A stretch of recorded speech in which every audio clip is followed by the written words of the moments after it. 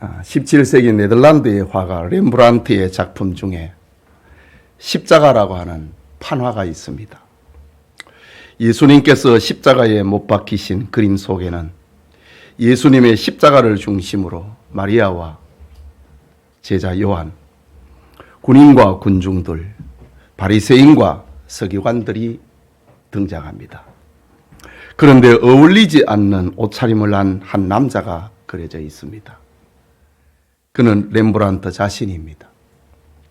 왜 렘브란트는 시간과 공간을 초월하여서 자기를 그림 속에 넣었을까? 그리스도의 죽음은 자신의 죄 때문이고 그리스도를 통하여서 자기가 구원받았기 때문에 2000년 전 예수님이 십자가에 못 박혀 죽으시는 그 그림 속에, 그 사건의 현장에 자기 모습을 그려넣었던 겁니다. 오늘 로마서를 기록한 사도 바울은 성도들에게 십자가의 복음을 처음 교인들에게 전도하듯이 말하고 글을 쓰고 있습니다. 사실 로마 교회는 신실한 일꾼들이 많아서 교회가 든든히 서가고 있었습니다. 로마서 16장에 등장하는 훌륭한 신앙의 일꾼들이 그것을 증명하고 있습니다. 그런데 바울은 믿음이 좋다고 소문난 로마 교회에 복음을 다시 들려주고 있습니다. 이유가 무엇 때문일까요? 오래된 교회, 오래된 신자일수록 복음이 약화되어 있고 복음의 능력을 잃었기 때문입니다.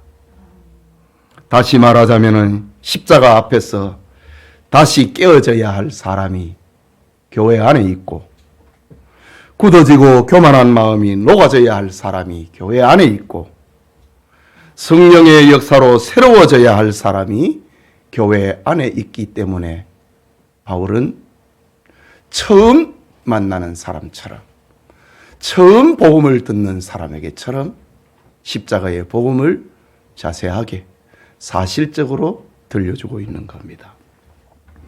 그리스도의 십자가는 기독교회가 2000년 동안 간직한 신학과 신앙의 중심입니다. 오늘 고난절에 그리스도의 죽으심이란 제목으로 하나님의 말씀 받고자 합니다. 말씀을 듣는 우리 모두에게 복음의 능력과 복음의 생명이 우리 가운데 역사하기를 소원합니다. 그리스도의 죽으심, 그것은 연약한 자를 위하여 죽으신 그리스도입니다. 본문 6절을 다시 보면은 우리가 아직 연약할 때에 기약대로 그리스도께서 경건하지 않은 자를 위하여 죽으셨도다 라고 했습니다. 여기 연약이라고 하는 헬라 말은 아스데네스라는 말인데 소망이 없는 상태를 가리킵니다. 소망이 없는 상태, 연약, 이것은 무엇을 말하는 것일까요? 처음 인간은 하나님께서 흙으로 만드시고 그 코에 생기를 불어넣으심으로 창조되었습니다. 처음 인간에게 하나님은 에덴 동산과 모든 세계를 삶의 터전으로 주셨습니다. 생육하고 번성하라, 다스리라 말씀하셨지요. 하나님이 주신 세계는 보시기에 좋았고 아름다운 그 자체였습니다. 그러나 인간은 하나님이 주신 자유로 불순종의 길을 걷고 맙니다. 그 결과 인간은 하나님과 단절이 되고 죄와 사망이 주장하는 상태가 되어버리고 만 겁니다. 이런 인간의 상태를 가리켜 바울은 연약한 자, 경건하지 않은 자라고 표현하고 있습니다. 에스겔 선지자는 이런 인간의 상태를 가리켜 버림받은 갓난 아이에다가 비유합니다. 에스겔 16장에 보면은 하나님과 단절이 되고 하나님께 버림받은 인간을 갓난 아이로 비유를 하는데 그 갓난 아이는 탯줄도 제대로 잘리지 않았고 씻겨지지도 않았습니다. 옷 입혀지지도 않았고 먹이지도 않았고 태어난 그대로 버려져 있습니다. 아이는 누구에게도 도움을 받을 수 없고 소망이 없었습니다. 그럼에도 그 아이는 비참한 자기 상태를 알지 못합니다. 도움이 무엇인지, 소망이 무엇인지 알지 못합니다. 이것이 바로 하나님과 단절된 연약한 자, 경건하지 않은 자의 모습입니다. 그러나 하나님은 이런 인류를, 연약한 자, 경건하지 않은 자를 사랑하셨습니다. 그것이 오늘 본문에 그리스도께서 경건하지 않은 자를 위하여 죽으셨도다 라는 말씀입니다. 여러분, 하나님은 천지와 만물을 여세 동안에 창조하셨습니다. 자신의 전능을 동원하여 천지와 만물을 창조하셨습니다.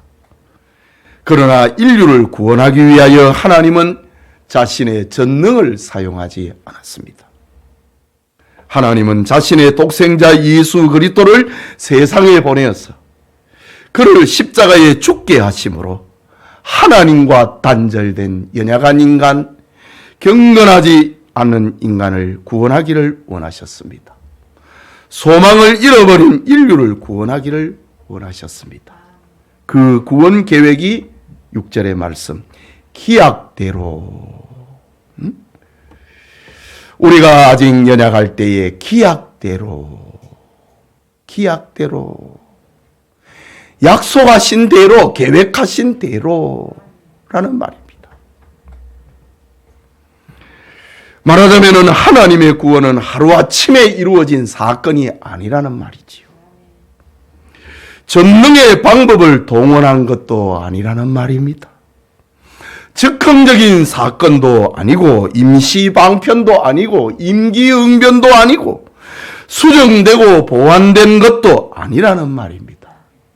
하나님의 계획대로, 하나님의 기약대로, 하나님의 말씀대로 이루어진 사랑이라는 말입니다.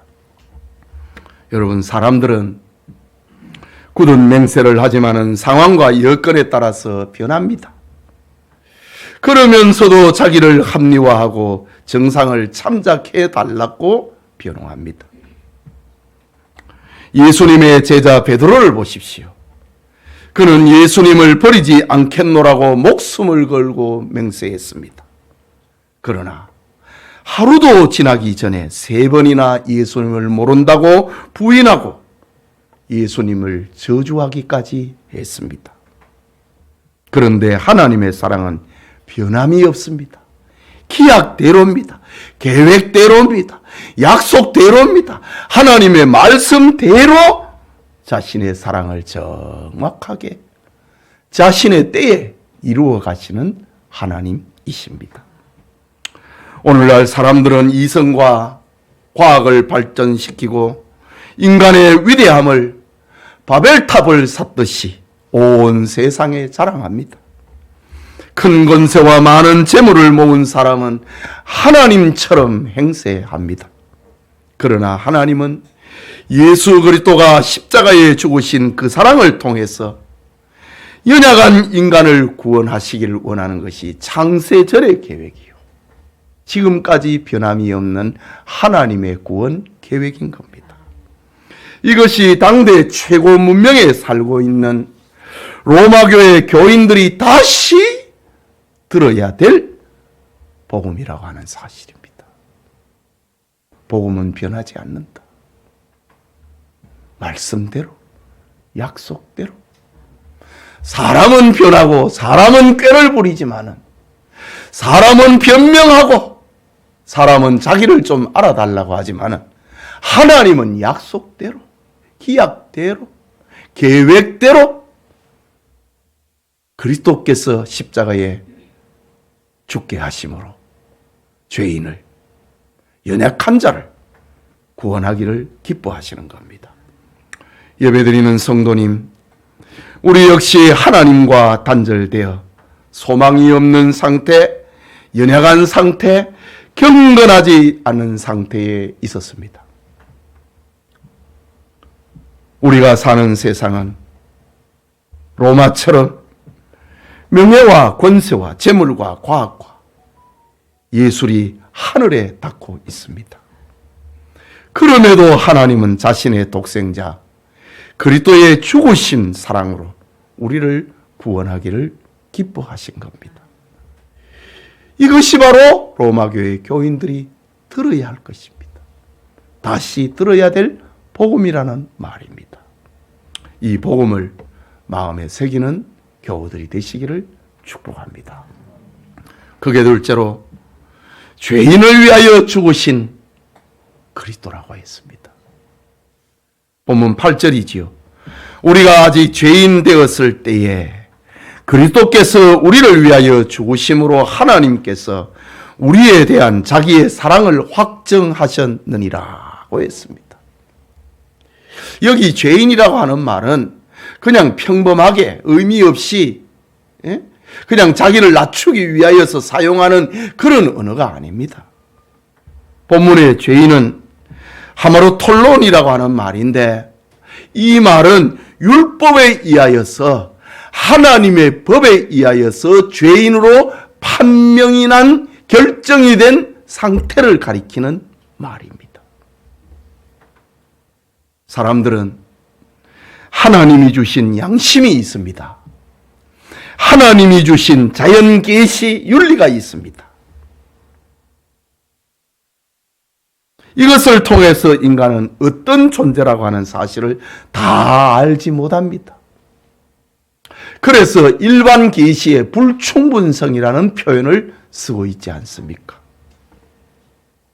일반 계시의 불충분성 때문에 일반 계시를 가지고 양심을 가지고 역사를 가지고 윤리를 가지고는 사람이 어떤 죄인인지를 다 알지 못하기 때문에 하나님께서는 특별 계시, 그 성경을 주셨습니다. 하나님은 성경을 통하여서 인간은 어떤 존재이고 어떤 죄인이라는 사실을 알려주십니다.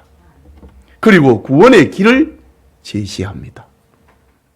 레위기 18장 5절에 보면은 너희는 내 규례와 법도를 지키라. 사람이 이를 행하면 그로 말미암아 살리라. 나 여호와의 말이니라고 했습니다. 하나님이 주신 특별 계시는 너희가 내 규례와 법도를 지키면 이것을 행하면은 그로 말미암아 살리라. 구원을 알려주었습니다. 구원은 율법을 온전히 지키는 것에 있다는 것을 알려줍니다. 그러나 인간은 하나님의 법을 다 지킬 수가 없습니다. 그래서 야고보서 2장 10절에서 11절에는 누구든지 온 율법을 지키다가 그 하나를 범하면 모두 범한 자가 되나니 간음하지 말라 하시니가 또한 살인하지 말라 하셨은즉 네가 비록 간음하지 아니하였어도 살인하면 율법을 범한 자가 되느니라고 했습니다. 율법을 지킴으로 인간이 구원을 받는다. 이것은 구슬에 꿰인 사슬과 같아서 한 곳이 터지면 제 기능을 발휘할 수 없는 것입니다. 많은 율법 가운데 하나라도 지키지 못하면 구원을 받지 못한다는 겁니다. 그러면은 하나님께서 은혜로 주신 율법의 기능은 무엇이란 말입니까? 율법은 필요 없는 것인가? 율법은 무익한 것인가? 그것은 아닙니다. 사람은 율법을 다 지킬 수 없는 죄인이라고 하는 사실을 깨닫게 하는 것이 율법의 기능입니다.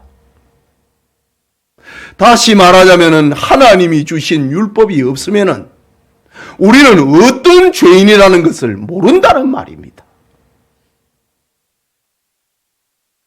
하나님의 말씀을 모르기 때문에 지금도 자기 고행, 자기 수행을 통하여서 구원에 이르려고 하고 있지 않습니까?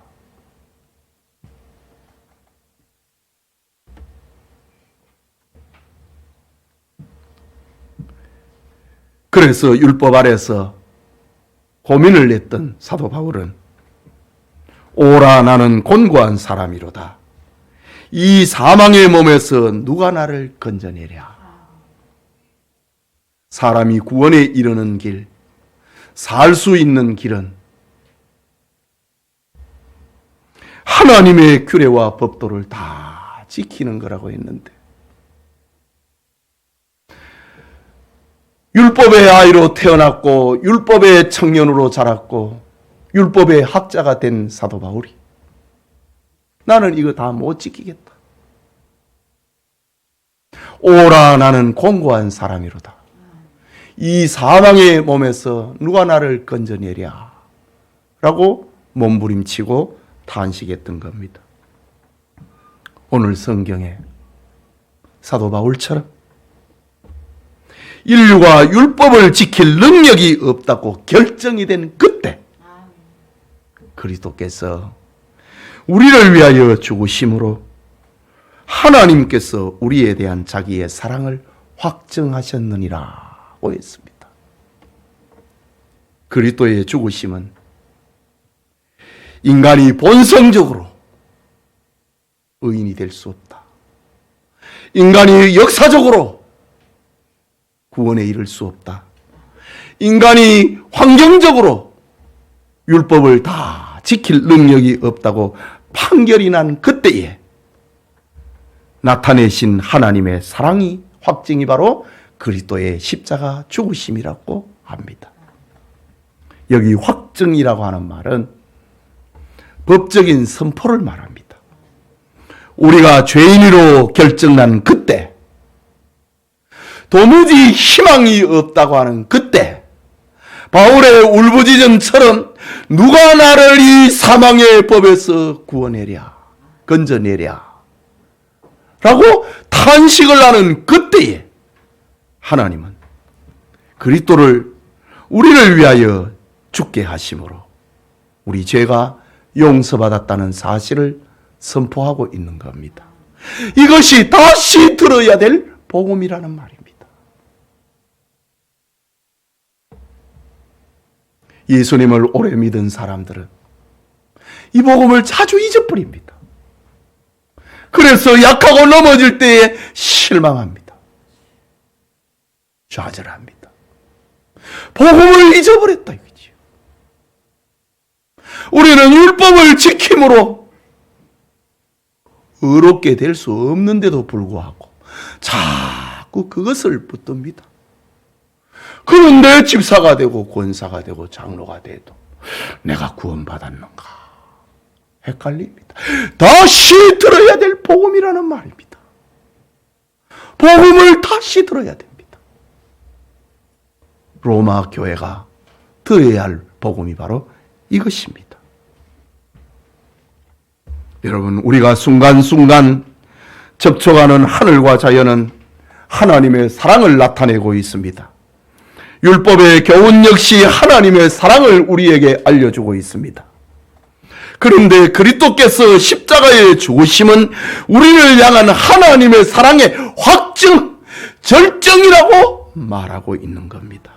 이것이 십자가의 복음이요 전 인류가 소망할 복음이라는 사실입니다. 여러분, 로마 교회 성도들처럼 우리가 다시 들어야 할 복음은 그리스도께서 죄인된 우리를 위하여 우리를 대신하여 죽으셨다는 사실입니다. 우리의 죄를 우리의 재물과 명예와 노력과 자식을 가지고는 해결할 수가 없습니다. 세상의 권세와 권력과 사상이 우리의 죄를 해결해 줄 수가 없습니다. 오직 그리스도께서 십자가에 죽으신 사건을 통하여서 우리의 죄 문제를 해결받는다는 사실입니다. 이것이 오래된 우리 교인들이 들어야 될 복음입니다. 처음에는 믿음으로 구원을 얻는 거 갔다가 나중에는 자기 공로로, 자기 노력으로 구원을 얻는 줄로 생각을 합니다. 그러다가 실망합니다. 내가 천당 갈 수 있나? 주님의 십자가를 의지하고 주님의 십자가를 소망해야 되는데 자기가 이루어놓은 그 업적을 의지하고 실망합니다. 다시 복음을 들어야 된다는 말입니다. 이 복음이 여러분의 믿음과 소망과 사랑을 여기에 담기를 축복합니다. 마지막으로 원수된 자를 위하여 죽으신 그리스도입니다. 본문 10절입니다. 우리 같이 읽겠습니다. 곧 우리가 원수 되었을 때에 그의 아들의 죽으심으로 말미암아 하나님과 화목하게 되었은즉 화목하게 된 자로서는 더욱 그의 살아나심으로 말미암아 구원을 받을 것이니라. 바울은 6절에서 인간을 연약한 존재로, 8절에서는 인간을 죄인으로, 그리고 10절에서는 인간을 하나님의 원수라고 합니다. 바울은 인간의 비극적 상태를 이렇게 적나라하게 표현합니다. 여기 원수라는 말은 인간의 죄악된 본성과 행실로 철저하게 하나님을 배신한 상태를 가리킵니다. 이게 무슨 말인가? 인류는 만물의 창조주이신 하나님을 하나님으로 인정하지 않은 하나님의 원수가 되었다는 말입니다. 하나님의 사랑에 도전하는, 말을 함부로 뱉는 하나님의 원수가 되었다는 말입니다. 살아계신 하나님을 금수와 버러지 형상의 모양으로 바꾸고 우상으로 만드는 하나님의 원수가 되었다는 말입니다. 인간의 본성과 재성은 하나님께 적개심을 품은 존재가 되었다는 말입니다. 하나님의 진노의 대상이 되었습니다. 이것이 하나님과 원수된 상태입니다. 이것은 인간의 교육과 양심의 법으로서는 돌이킬 수 없는 하나님과 원수된 상태를 말합니다.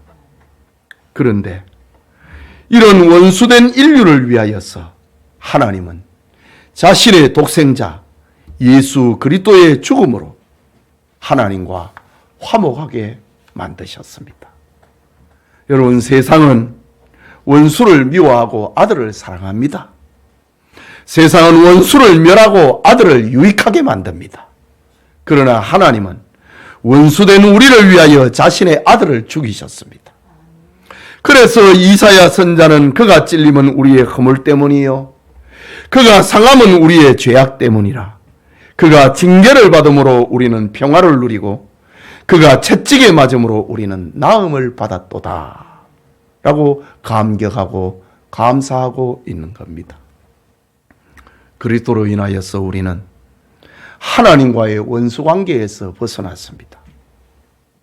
그리스도로 인하여서 우리는 하나님의 심판과 진노의 대상에서 벗어났습니다. 그리스도로 인하여서 우리는 이제 하나님과 화목하게 된 하나님의 자녀가 되었습니다. 그렇다면 우리는 우리의 생활에서 하나님에 대한 사랑을 나타내어야 하는 겁니다. 그것이 본문 10절 중간에서 11절의 말씀입니다. 10절 중간을 보면 화목하게 된 자로서는 더욱 그의 살아나심으로 말미암아 구원을 받을 것이니라. 그뿐 아니라 이제 우리로 화목하게 하신 우리 주 예수 그리스도로 말미암아 하나님 안에서 또한 즐거워하느니라. 아니 10절에 보니까 화목하게 된 자로서는 더욱 그의 살아나심으로 말미암아 구원을 받을 것이니라. 미래형으로 쓰고 있네. 구원은 이미 이루어진 과거형인데 왜 미래형을 쓰고 있는가? 여기에 미래형의 구원은 우리의 성화적인 삶을 말하는 겁니다. 성화 구원을 말하는 겁니다. 다시 말씀을 생각하고 읽어봅니다. 화목하게 된 자로서는 더욱 그의 살아나심으로 말미암아 구원을 받을 것이니라. 성화적인 삶을 살 것이니라.